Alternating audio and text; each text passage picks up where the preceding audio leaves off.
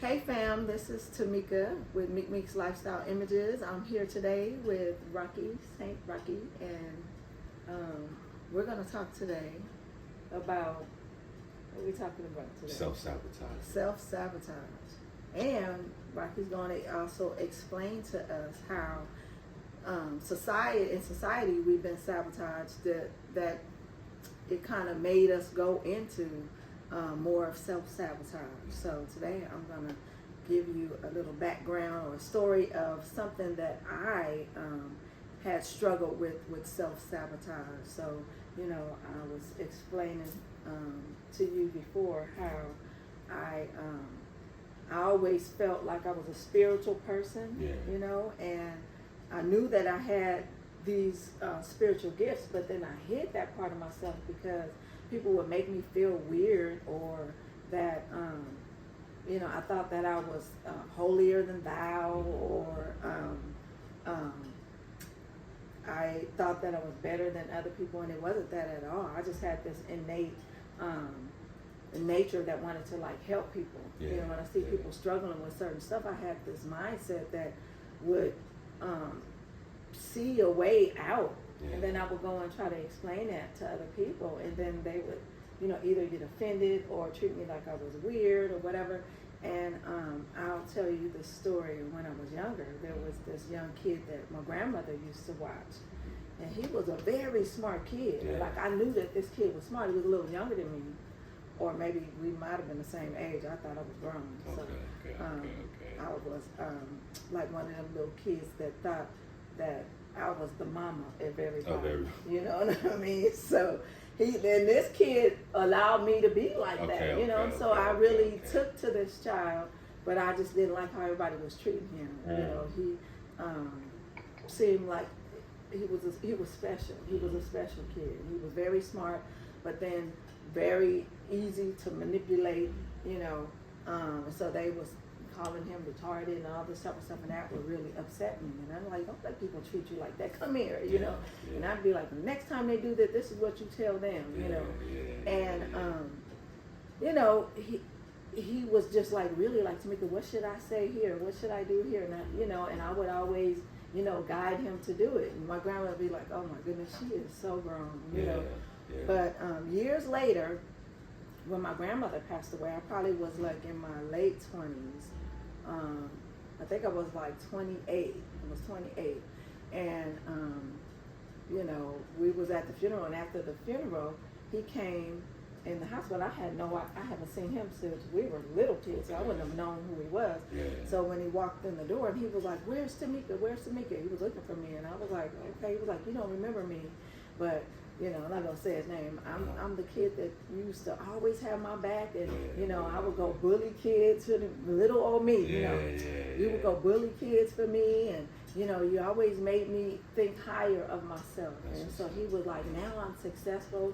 This kid was like in the stock market or whatever, very smart. And he was like, it was all because of the way that you treated me. But I thought that I treated him mean, because it was like, I'm gonna stand for him to let people talk to him and treat him that way, And that's when I really, as an adult, I started to see like, wow, I was a little different, because I didn't like to see people be treated a certain way, or the wrong, and to be in the wrong environment or whatever. And so I think that for myself, I've always tried to create a certain environment. Maybe that's where I really got into like decorating and stuff like that. But I love to create an environment, but I like to share that with other people.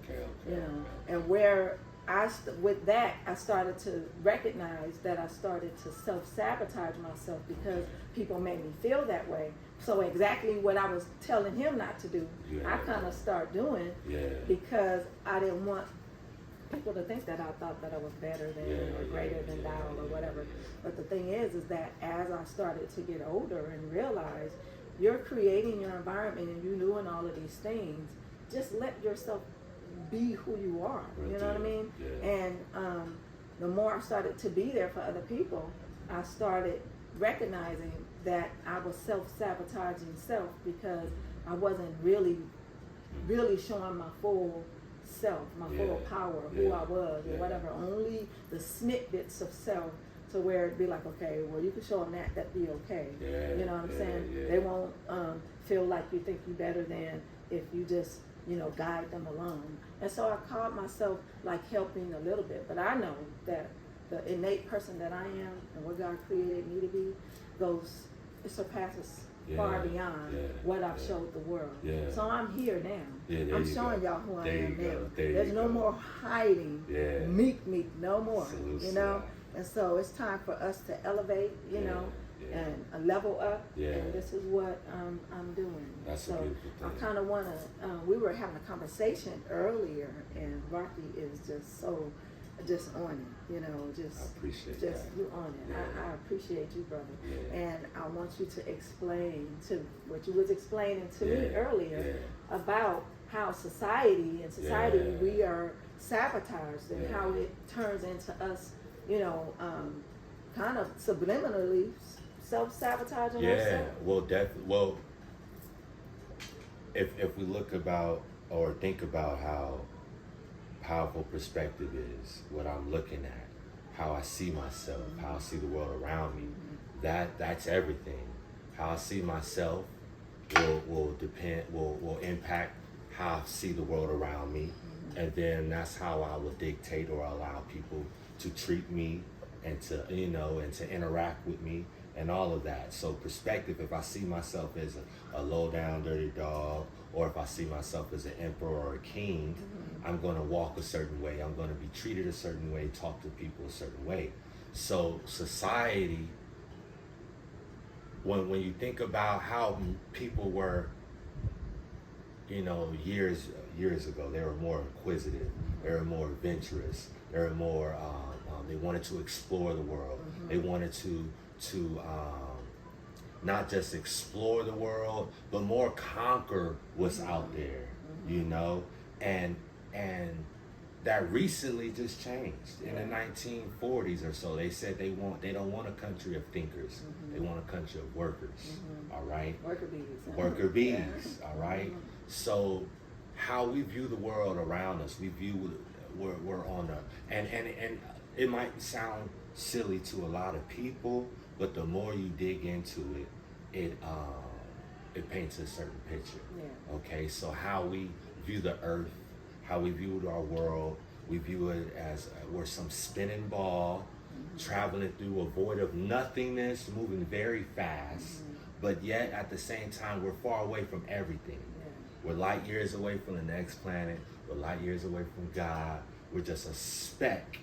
So it's almost like having the concept that we're separated from everything and so far away from everything, not really understanding that we're one with everything. Exactly. How Yeah. can you be one with everything if you're a speck on a speck, traveling very fast through nothing? Yeah. You know, you will sort of incubate a smaller sense of thinking, a smaller mind, because your environment is small. You're a small fish in a small pond, so why think like a shark in the ocean? You don't even. Or why think I'm the pond? Exactly. I am the pond. Exactly. Right? So, I'm the one that shapes my environment. You know, rather than my environment dictates to me how to be. You know, and that's when we go to self-sabotaging. You know, and then in a different aspect, it's layers and it's levels to everything. It's layers and levels to understanding, to actions, to epiphanies, all of that. You know, so once I started getting out of I'm a speck on a speck and I'm so small, then I started being a perfectionist. And then I think that's the most dangerous form of self-sabotage. It's so interesting when you come to that awakeness, when you recognize that you are one with everything, and you start to, there's different levels. It's kind of like when you start to see yourself, right? And so when you see yourself, then you want to start perfecting everything and so I think that this is exactly what took place with me, because I saw myself as a child. I was just, I'm so grateful to my parents because they allowed me to be that and to develop that. And so I was able to be that way around other people without somebody trying to, enforce, because it could be enforced by your parents. Yeah, right? That's true. That's but true. they didn't try to enforce that on me. That's beautiful. And so I was free to be that way. It was more or less me coming into that experience with friends or family members or whatever. And but when I started to see myself, I think I started to do the same thing. I started to recognize how other people's reactions to me was. And so then that's when I started like hiding more of myself because it's like, well, I don't want to get, I didn't like that reaction. You know what I mean? And so just trying to perfect what I was showing to them.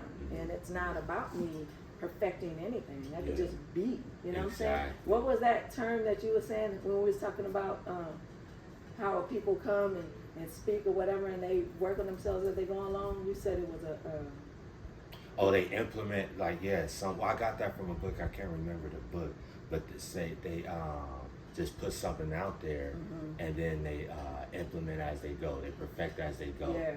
Start now. And that's what I had to learn because it was so many ventures, so many ideas that I had, but I needed it to be perfect. I needed it to be A1 before I presented it to everybody else. If it was painting, I would spend hours just drawing the stencil, what I was going to actually paint on the canvas, and I'm erasing, and I'm spending hours of erasing, and then when it actually gets to painting, then I'm spending hours on that, and then I end up not liking it, or I end up changing, and I never put this painting out. I never presented this painting. No one knows I paint. The thing is, I do too, and no one, some people that have known me for years, or whatever, know that I'm creative and I like to create a lot of things. There's a lot of things that we are so talented that we haven't tapped into. But I was going to say with that comment was that, we start to look at ourselves in the eyes of what we think other people may see. And so this is why we're erasing and trying to perfect stuff. But sometimes when there were certain things where I would give events or do certain things or create certain stuff, they'll come around, they'll be like, oh my goodness, that is so beautiful. But they don't see the imperfections that I see. I wasn't even ready for them to see it yet, you know what I'm saying? But they don't even see that. And then I'll go and point it out. Well, thank you so much, but I didn't finish it. And it's like, girl, I like it like that. And so just learning how not to put that thought in that self-sabotage thinking, that stinking thinking in our mind to where it's like, well, they're going to see this, they're going to see that. It's sometimes it may not be meant to be finished in our, aspect of thinking until someone else comes around, because they may give you a whole nother idea that you may have not ever came up with. You know what I mean? And so it's really just letting things take a life of their own. And that's just a whole new concept of a movement. You know what I mean? Of a whole movement. It really is. Yes, I think that's more important for people to see small beginnings. They need to see an imperfected product grow into something closer to perfection, so it can feel doable. It can feel like, I think that encourages more people than on the opposite end, coming in with a bigger budget or coming in, with something that's not as accessible to more people, but and then they feel like they know you. They feel like they've been on the journey with you when they seen you start out, and and then now you're in a big studio, and now they feel accomplished with you, and then I think that's the most important aspect of it, rather than not being accessible to people or not being relatable. You want to be relatable to people. And I do believe being relatable is very important, because even with myself, I tend to be able to engage better with people that are just real and down to earth. And I know that that's what I want to surround myself with. I don't want, I would love to be able to reach the world, but I want to get so big that I'm untouchable or unrelatable. You know what I mean? I don't believe that that's what my purpose is. That's You know, and so I think that with that being said, when I would talk to people one-on-one, it would be easier for me to explain to them my life story and different things that I've gone through and how I've gotten through it, you know what I mean? And so I have noticed that people can relate more to that, you know, but it still wouldn't be something that I would go out and tell the world, this is what I've gone through, what I've gone through. But I know that that's okay, because the thing is to learn how to be the example, you know, because people look at how you've accomplished things by example, not, you know, what these facades that we want to show. You know what I mean? Because it's really not going to help you get where you're going. You know what I mean?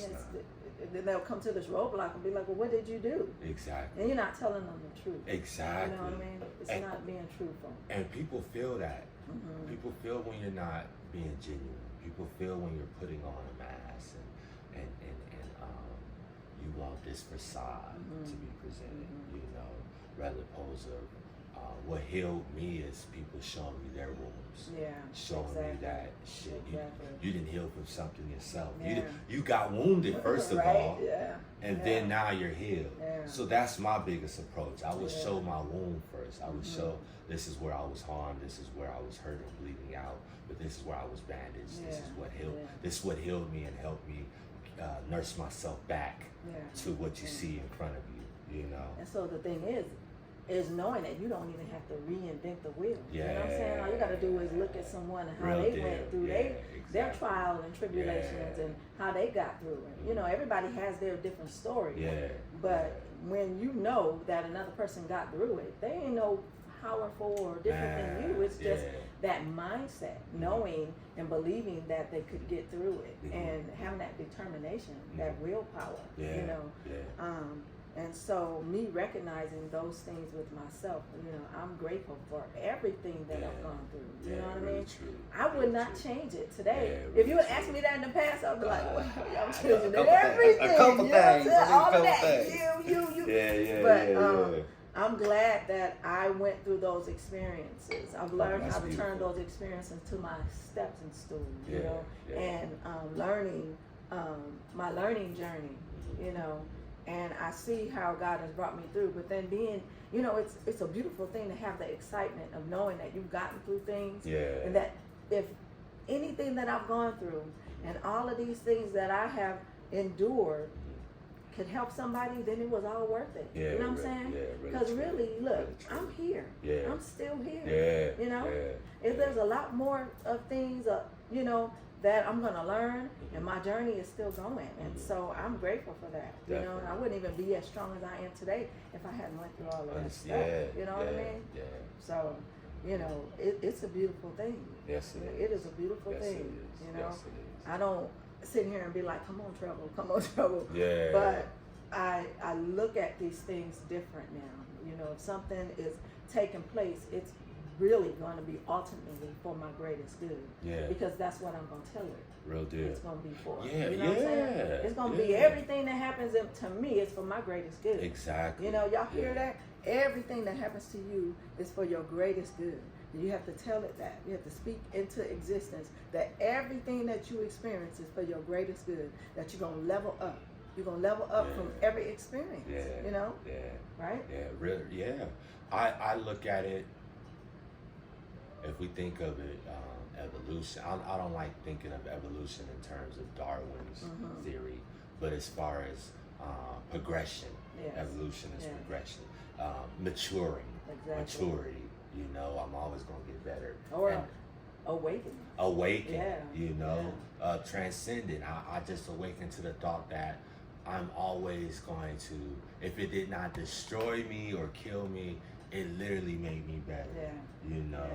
And that's a deep and profound statement and thought and realization the more you dive into it, you know.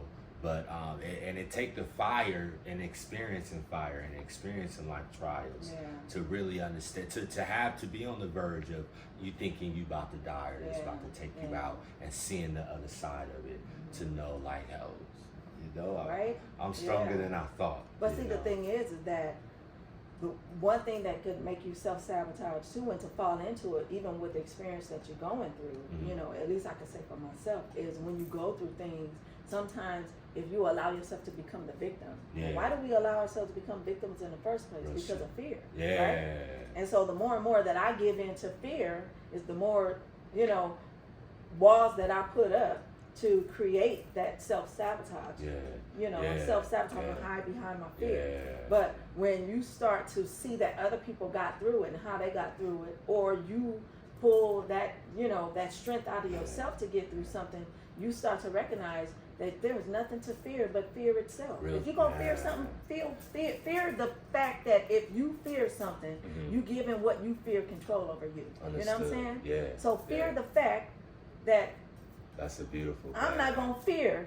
Yeah, You know what I'm yeah, saying? yeah. I love your perspectives because it's like a different coin to mine, you know, because my perspective was, I want to be the thing that fear is afraid of. Yeah. You know, I'm gonna be the thing that fear fears. And they fear, you better watch out. Exactly, Right? you know, but it's so powerful, and it's intriguing to see someone come into a different form of awakening, but it's all connected. It's all the same.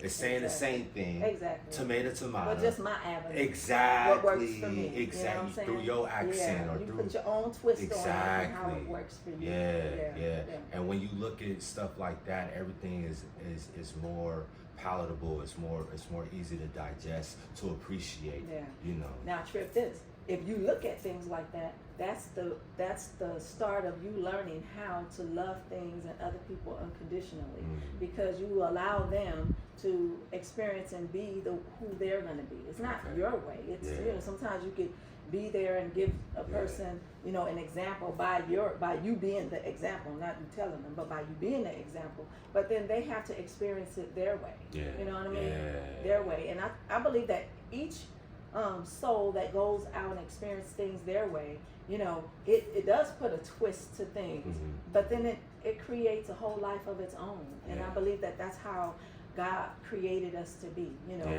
for us to experience life and the experience of life through Tamika, through Rocky, and we have our own perspective, and we get to create it the way that we create it. And it becomes a beautiful flower that blooms. You know what I'm saying? You may be a cactus, brother, you know what I'm saying? And look, the cactus holds water. I may be a lily, right? You know, so it's like, but they're both beautiful. They have their superpowers within themselves, you know? And whole ecosystem. Exactly. You know, they support, they feed other people. They're shelter to other living beings. You know, and depending on the scale, that never changes. Yeah, exactly. You know? So that's definitely beautiful. But I want to talk about Rocky is writing his book, and we are talking about collaborating, you guys, on our books. You know, tell them the title of your book and give them an idea of what your book is going to be about. Yeah, definitely. Well, the title of the book is going to be The Mind and Its Imaginations. So it's surrounding the theory or the idea that nothing is fantasy. If the human mind could think it, or a thought comes into the human mind, it's because it's already happened in the past, it's already been executed in the past, or it will be executed or happen in the present future. So, and we're constantly in between those two things. So as soon as I think it, and you don't own your thoughts, you can't control the thoughts coming into your head. So I want to describe and envelop the world around thinking in the mind and how that interacts with our reality. Yeah, that's an awesome thing, because it's really just opening up the whole concept. People don't really talk real in depth about how the mind is the battlefield. You know what I'm saying? The mind is the battlefield, but the mind, it could be heaven too. It could be whatever it is that you create in your mind, you know, it to be. Right? As a man thinking in his heart, that's what he is. Yes. You know. So that's it's layers within that. You know. So that's a beautiful thing to describe. Well, I want to thank you for this opportunity. This has been such a blessing, and thank you all for allowing us into your lives for this moment in time. we love you, and we want you to just keep your mind on exactly what you choose to experience, because you are created to be a creator, you know, co-creator with God, you know. So you have any last words to say? Yeah, definitely that. Piggyback on that, and keep living. You keep living. You keep experiencing. You keep choosing to go forward. Nobody's perfect, but yeah, decide on living again. Let's just walk this life and create it to be such a beautiful experience. Peace out, y'all.